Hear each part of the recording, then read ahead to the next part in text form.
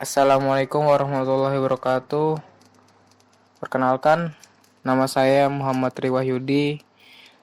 Di sini saya akan mempresentasikan tentang tugas kuliah sistem komputer. Oke. Yang pertama, jenis media jaringan yang digunakan pada komputer saya. Saya menggunakan media kabel wired dengan jenis kabel Twisted Pair model UTP. Ini contoh dari kabel tersebut. Yang pertama ada warna coklat putih, biru putih, hijau putih, dan oranye putih. Lanjut ya. Selanjutnya nomor kedua, yaitu apa yang membedakan media, kabel strike, dan crossover, baik dari sisi fungsi, urutan pin, dan sebagainya, termasuk kelebihan dan kekurangan keduanya. Untuk memudahkan membedakan antara kabel strike dan kabel crossover adalah urutan warnanya. Untuk kabel crossover ada beberapa urutan warna dari kabel strike yang dibalik. Selain itu, perbedaannya kabel strike digunakan untuk device yang berbeda, sedangkan kabel crossover digunakan untuk device yang sama. Kelebihan kabel strike dan crossover yaitu pertama, harga relatif lebih murah dan mudah untuk mendapatkannya. Kedua, mudah dalam instalasi, akan tetapi harus paham konsep pengkabelan. Yang ketiga, memiliki ukuran yang kecil. Ya, lalu kekurangan kabel strike dan crossover. Yang pertama, rentan terhadap interferensi gelombang elektromagnetik.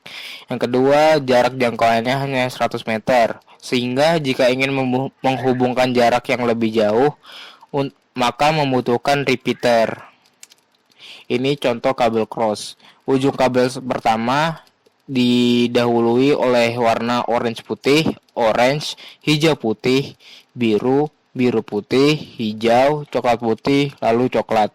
Lalu ujung kabel keduanya dimulai dengan warna hijau putih, hijau, orange putih, biru, biru putih, orange, coklat putih, lalu coklat. Lalu ada kabel strike.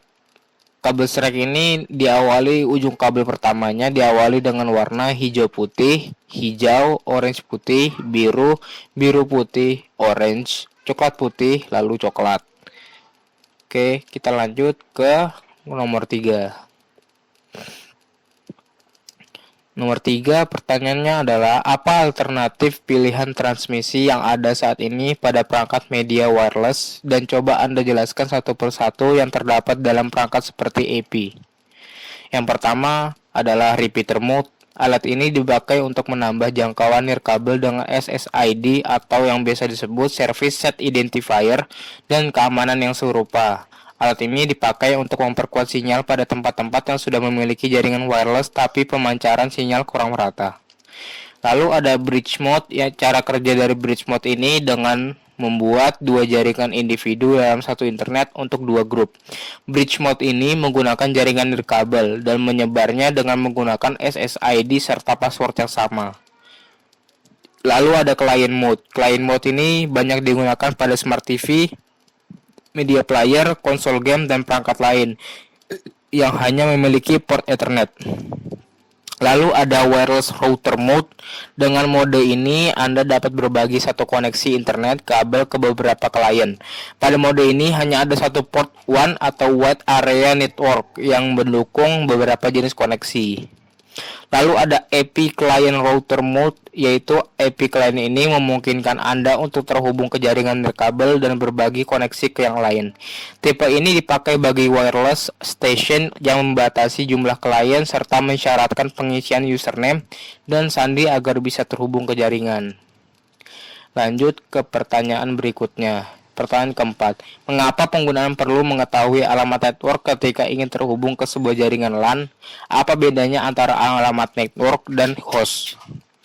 Network ID adalah bagian dari IP address yang menunjukkan di jaringan mana komputer tersebut berada, sedangkan host ID menunjukkan workstation, server, router, dan semua host TCP atau IP lainnya dalam jaringan tersebut.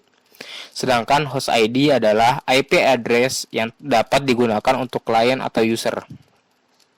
Selanjutnya ke pertanyaan berikutnya, yaitu pertanyaan nomor 5. Sebagai seorang administrator, Anda diminta untuk men-setup sebuah jaringan LAN dengan media transmisi wireless. Apa yang harus Anda lakukan pertama kali terhadap perangkat jaringan yang ada dan bagaimana memastikan keamanannya? Jawaban saya, hubungkan perangkat Anda ke jaringan nirkabel. Di sebagian besar perangkat, Anda dapat melakukannya dengan masuk ke menu pengaturan dan memilih opsi untuk terhubung ke jaringan Wi-Fi. Untuk memastikan keamanan, masukkan nama dan kata sandi jaringan untuk menyambungkannya. Selesai. Sekian presentasi dari saya. Wabillahi taufiq wal hidayah wal inayah. Wassalamualaikum warahmatullahi wabarakatuh.